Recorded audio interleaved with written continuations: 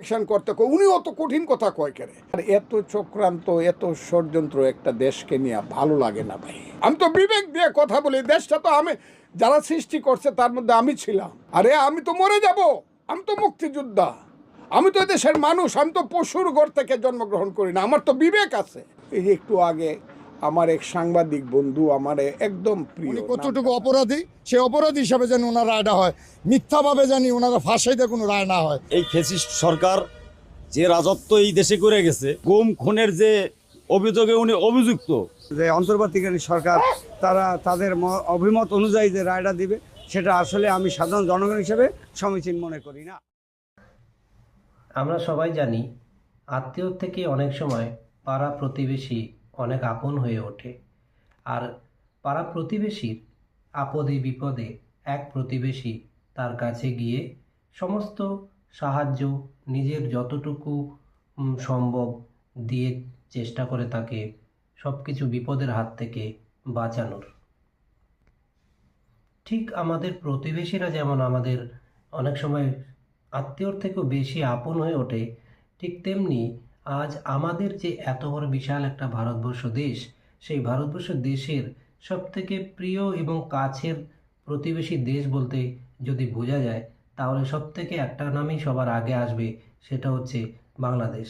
এই বাংলাদেশ শুধুমাত্র আমাদের ভারতবর্ষেরই প্রতিবেশী নয়, তার চেয়ে সবথেকে বেশি আরও প্রতিবেশী এবং কাছের ঘনিষ্ঠ সম্পর্ক যার সাথে আমাদের হয়তো আরও পূর্বপুরুষ থেকে ধরে রয়েছে, সেটা হচ্ছে গিয়ে আমাদের পশ্চিমবঙ্গ। এই পশ্চিমবঙ্গর অনেক পূর্বপুরুষরা একসময় কিন্তু সেই বাংলাদেশ থেকেই এই দেশে এসেছিলেন।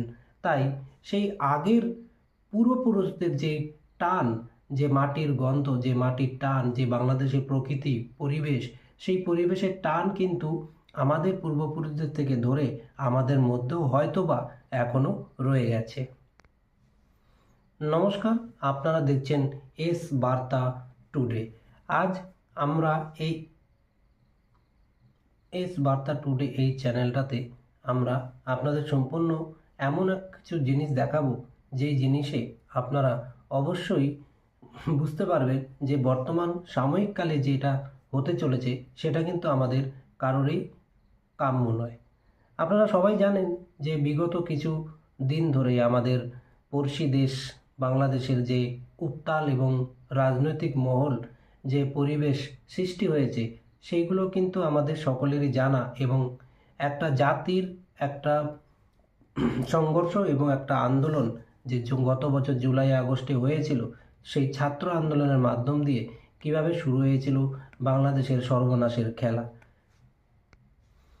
গত বছর জুলাই মাসে যখন বাংলাদেশের ছাত্র আন্দোলন শুরু হয়েছিল, সেটা শুধু ছিল ছাত্রদের একটা দাবি নিয়ে, কিন্তু সেই ছাত্র আন্দোলন ধীরে ধীরে ধীরে ধীরে বড় হতে হতে সেই ছাত্র আন্দোলনের মধ্যে কিন্তু একটা রাজনৈতিক পুশ ব্যাক ঘটানো হয়েছিল এবং সেই ছাত্র আন্দোলন পরবর্তীকালে কিন্তু একটা হিংসাত্মক রাজনৈতিক আন্দোলনের রূপ নিয়েছিল, যেটা কিন্তু গোটা বিশ্ব দেখেছে।